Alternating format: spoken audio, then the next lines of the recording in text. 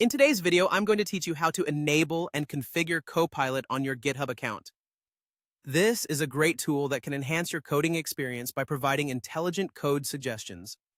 Let's dive into the process, step by step, to make sure you have everything set up correctly. First things first, open your preferred web browser and head to the GitHub dashboard. Once you're there, direct your attention to the top right corner of the screen. You should see your profile icon situated there. Go ahead and click on that icon to reveal a drop-down menu. In the menu that appears, you'll find an option labeled Settings. Click on this, and you'll be taken to your account settings page where all sorts of customization options for your GitHub experience are located. Now, once you're on the settings page, your next task is to locate the section devoted to Copilot. This might require a little scrolling, but it won't be too difficult to spot. When you do find it, click on it.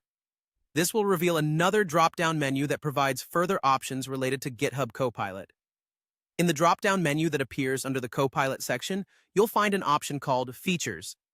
This is where you can adjust the specific settings related to the GitHub Copilot tool.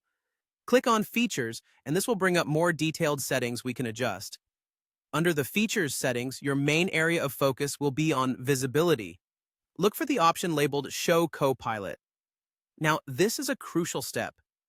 On the right-hand side of this option, you'll notice you have the ability to either enable or disable Copilot.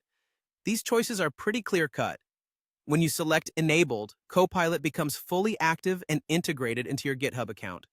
This means it will be operational across various elements, such as the navigation bar, search functions, and your main dashboard. This could be a major upgrade if you're keen to streamline your workflow with the help of AI-powered suggestions. On the other hand, if you choose Disabled, Copilot will no longer be visible or functional in those areas.